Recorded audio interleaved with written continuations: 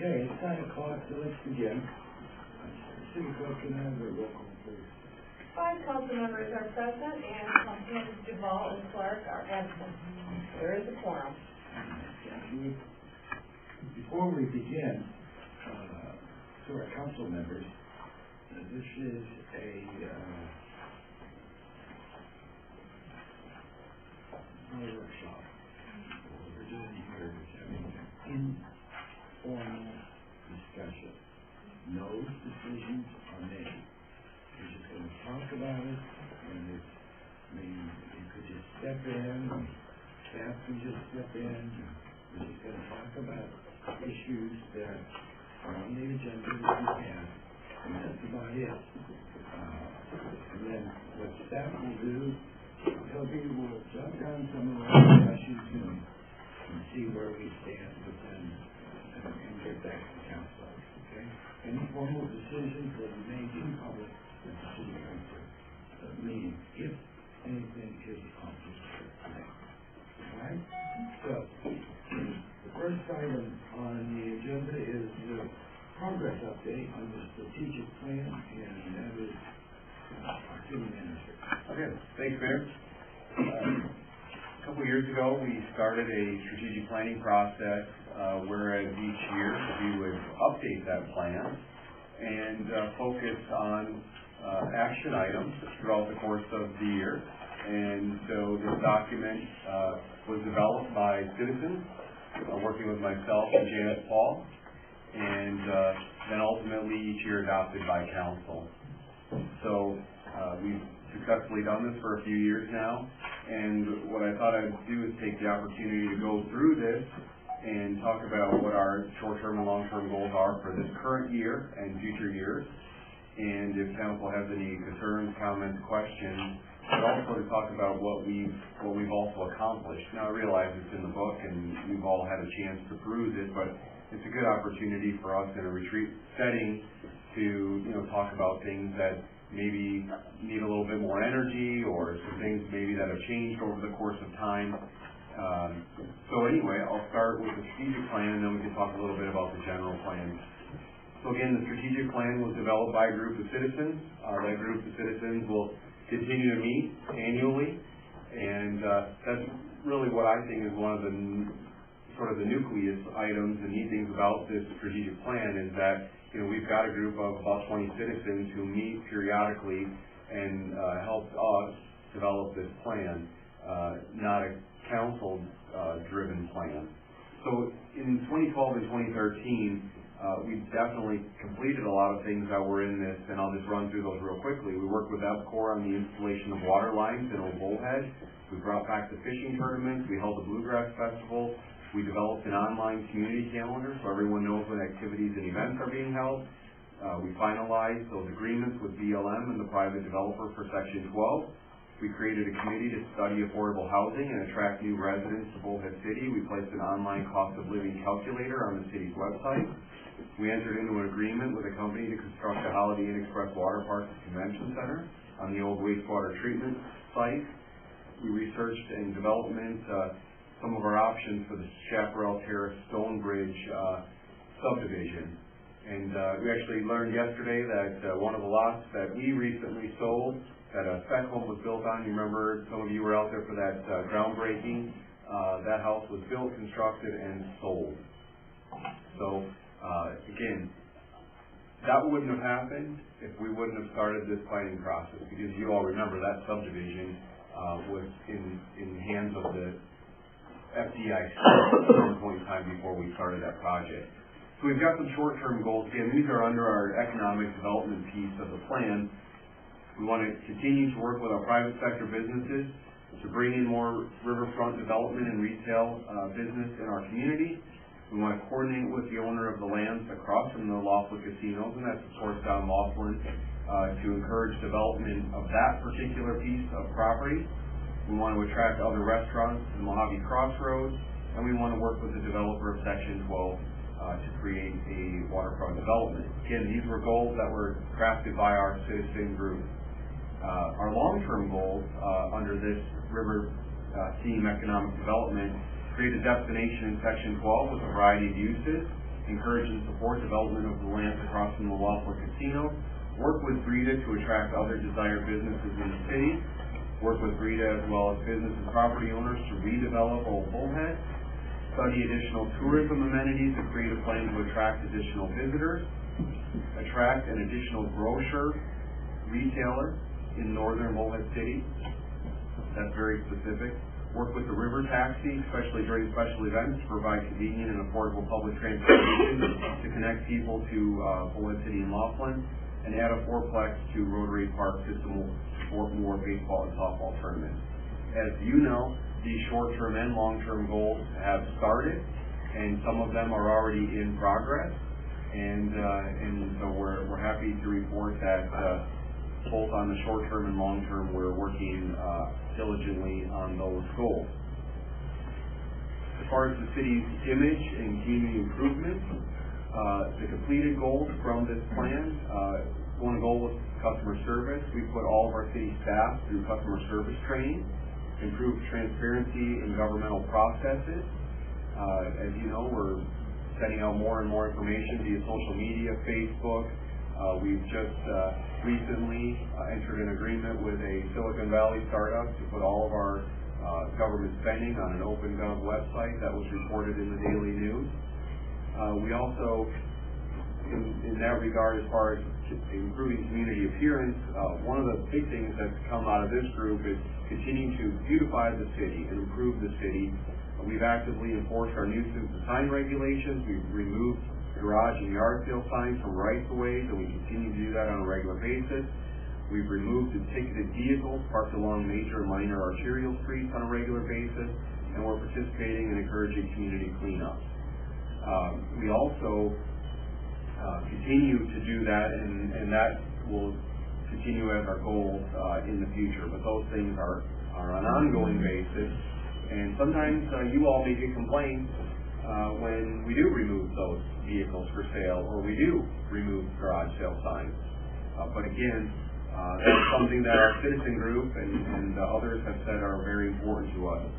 Some of the short-term goals under this theme are complete the general plan update, which we'll talk about in a moment, continue to provide exceptional customer service, and just a side note on that, I'm very happy with our employees and the customer service that we give our public.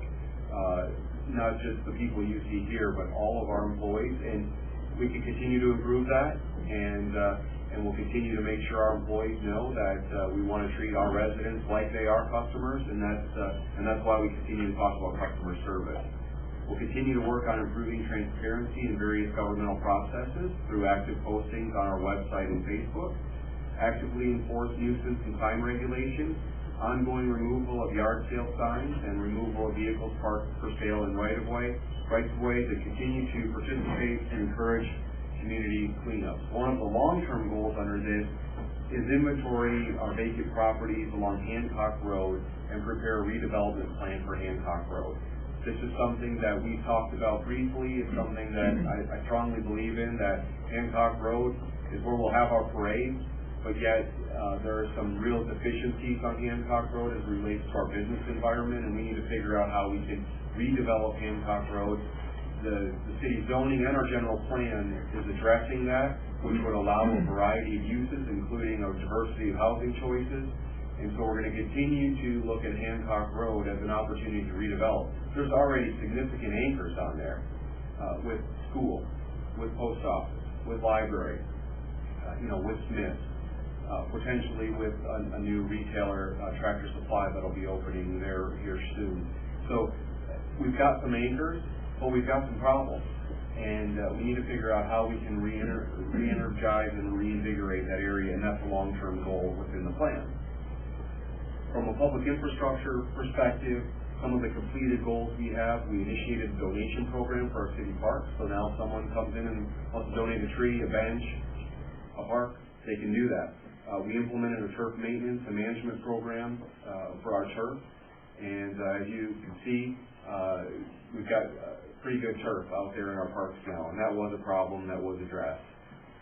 We've improved the Highway 95 frontage at Community Park, namely that area that where the Steamboat Monument is. That whole area has been beautified. We've cleaned up some medians on our arterial and collector streets.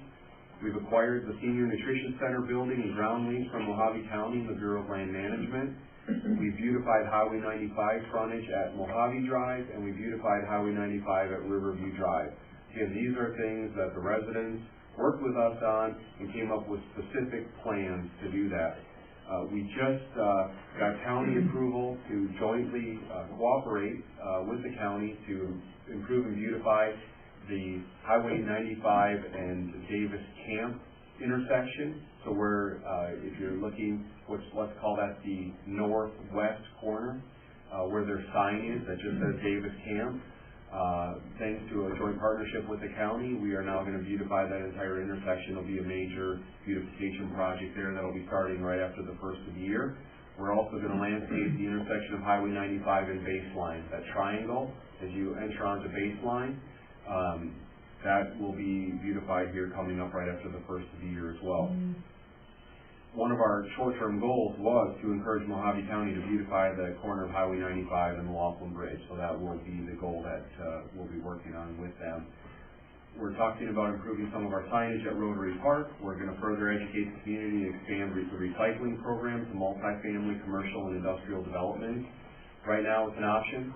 If you're in a commercial development or a RV park or major apartment building, you do not have to recycle under our city code.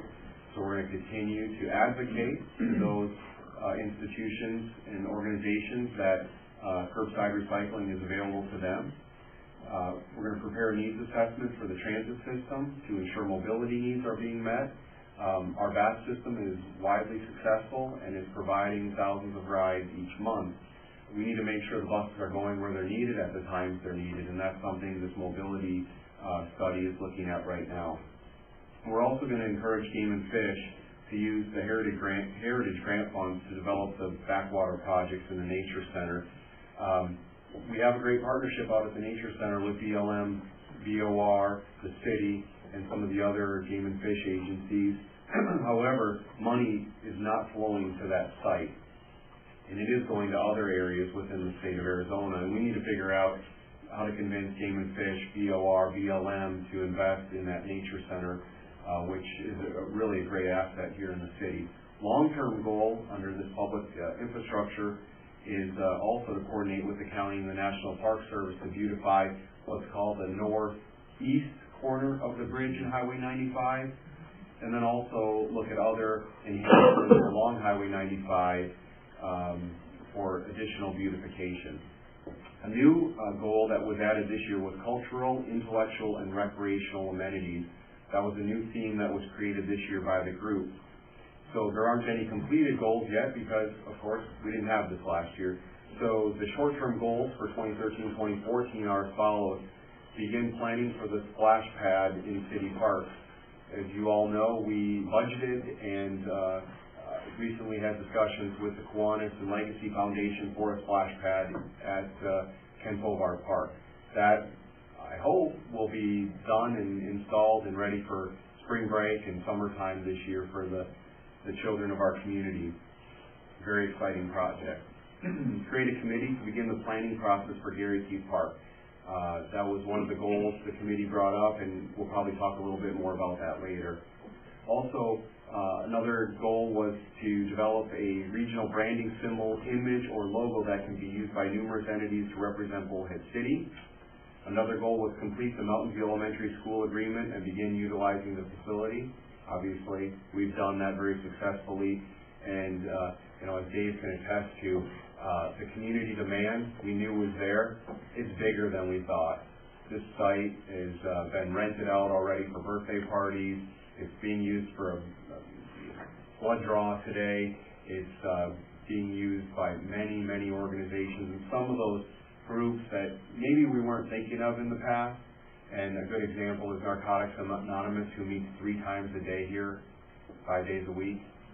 And so there are groups that have really found this facility to be very, very beneficial.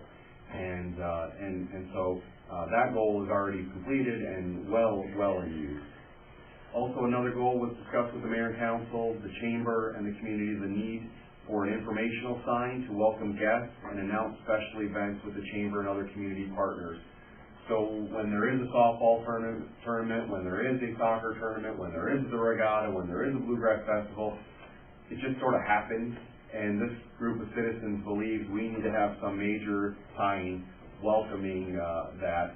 They didn't say necessarily that it should be done and paid for as a short-term goal. The goal was, let's figure this out, let's talk about it, because sometimes those signs are very expensive. And when we had that discussion, I made sure they understood that, look, if we're going to, build a $50,000 sign here, we need to plan for that, and we need to discuss it. We need to figure out where it would even go. So one of the goals was to have that discussion. So haven't done it yet, but probably early next year we'll be having that discussion, not only again with the committee, but with you all in the chamber. Long-term goals under this cultural, intellectual, and recreational amenity theme: construct a splash pad in the city parks. Obviously that process has started. We've also entertained a few conversations already with the Rotary Club, and some of the conversations about maybe adding an additional water splash pad water amenity within Rotary Park. That could happen in the future as well. The long-term goal: begin constructions of phased improvements to Gary Keith Park. Long-term goal: implement a regional branding program. And then also long-term goal, which is already in place, is utilizing Mountain View School. The rest of the document is all of the backup for all of that. I won't go into that right now, but I'd be happy to answer any questions, or if you have suggestions about not only the process, but how we're doing. Personally, I think this has put us on task to get a few things done, and it's brought in a good group of citizens to remind us what some citizens out there are thinking is important, and it helps the council by bringing a document forward where we can look back and say, look, we're getting things done. So, happy to... I think that since council was not involved in this strategic plan, I think that it adds a lot of validity to it, because it's strictly citizens. And Toby, can you just read off the names of those citizens, and be happy to. if any of them were involved in any organization? Be happy to. So our committee members for the development of this document, it changes one or two each year depending on if a member drops off or doesn't want to serve. So the committee members for this document were Larry Adams, and this is in alphabetical order: Larry Adams, Chris Barton, Peggy Boone, Carla Brady, Sean Bristol, Paul Bull, Riley Fry, Evan Hughes, Benji Hoekstra, Linda Guzman, Katie McFarland, Lisa McCabe, Sarah Morgan Magna, Barbara Pape, Cy Robbins, Mike Sercha, Steve Sunday, and Larry Toonforce. It's a really good array of members, because you got them from the schools and you got them from other key organizations, and I think that they did one heck of a job. Because some of these items have been in progress and some haven't started yet. So, anybody have any questions? Council members? No. I just think it's great that you have it in writing and you have the goal set, and you can follow it. And you're doing a great job. Thank you. I think it's awesome. Okay, then, so then let's talk a little bit about the general plan. This needs voter approval, and we'll be asking the council here shortly to add this to the ballot. And we're looking at the August ballot. As you may recall, a few years ago, the citizens voted down this plan. And right, wrong, or indifferent, we have to go back and ask the citizens to approve this. That's just the way the law works. There was a time frame, and so the state legislators actually extended that for all communities in Arizona, where we were given a little bit more time, because really the economy had stalled during the recession, and not a lot of people's general plans had changed during that period. So we are now fully in the process, and we've invited residents to the table. We have a technical advisory committee. There have been press releases, there have been meetings, and we are fully into this process. it's not too late for our residents and elected officials or anybody who wants to make comments. I mean, that's something that we're still able to do. Ultimately, though, this document hasn't changed a lot since the last time. A lot of the key components of this are very similar to when the city last adopted this, because not a lot has changed as it relates to either land use, development, the parks, and some of the other amenities that are discussed in here. It's a very good document. It's a much needed document, and one we're required by law to have. And so we can spend just a moment talking about that. Juan and Janice have been running the process for us, and if you don't mind, I'll turn it over to Juan, and he can kind of give us sort of a thumbnail sketch as to where we're at, where we need to go. I will remind council, though, that as other cities have been taking these out to their electors and to the residents, most are passing. I noticed Scottsdale did not. And so the only repercussion really is then you have to slate it again for another election down the road. But I hope that our residents, other than just voting no because they can vote no, will actually read the document and understand that this is a very well-crafted, well-thought-of community participation document that guides land use. And so that's what a yes vote will mean when next August rolls around. A no vote, I guess I'd like to know, if people are thinking of voting no against the general plan, I'd like to know now what it is that anybody would vote no against, so that we can address that, rather than having a situation like Scottsdale recently had where their residents did vote it down, and like our residents did a few years back. Yeah, when they voted it down, they voted it down by 17 votes. That's real, 17 votes, and it went back, and then it passed overwhelmingly. A lot of people at that time didn't really understand what the general plan was, and so staff cannot go and promote this. It's up to council to go with staff. Staff can't recommend you need a vote for this. Council members are the only ones that can go out there and tell them and ask for their support. But the second time around, many citizens said, well, okay, I just heard different stories, and I didn't know this, I didn't know that, and I don't think they were given the full truth of it. But it did pass overwhelmingly, and so, is that every 10 years? Well, yeah, the law, yes. Okay. But the law gave us some additional time during the recession. I mean, they basically gave us until 2015. Okay. So, Juan, if you wouldn't mind diving into it a little bit? Sure.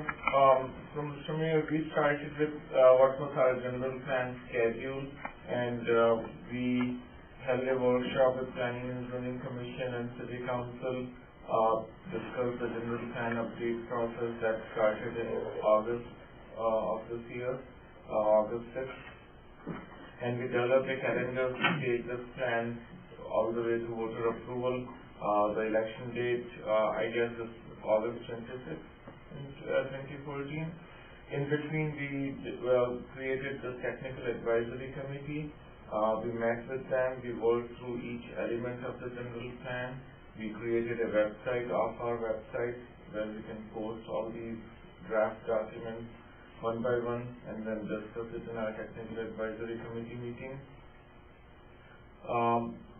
At this point, an initial draft of the document is complete and transmitted to various agencies for review. It's also posted on our website. The next step in our process is 2 public hearings with the Planning and Zoning Commission and 1 with the City Council. The Planning and Zoning Commission public hearing, the first one is February 6th, and it is at Southern Link. And then the second one is in Council Chamber, March 6th. And after that, we have a City Council public hearing on April 15th. And then from April 16th to the election time, the 4-month period is really for us to promote it. And do all the publicity pamphlets and basically get people educated on it. At that point, the document is complete, and the idea is not to change it, but to just educate it. So eventually, when it comes up on the ballot, we will hopefully approve it. Is the packet, is this going to be available in form at the lobby if someone wants to come in, as opposed to going online? We can, if anyone would request that our front counter will certainly provide them general plan draft document. We may even print one and just leave it there, but so far nobody asked. We certainly can provide the general plan document. I think that's a good idea. I mean, we can even, maybe do drafts at council chambers or something like that, so if anyone comes there,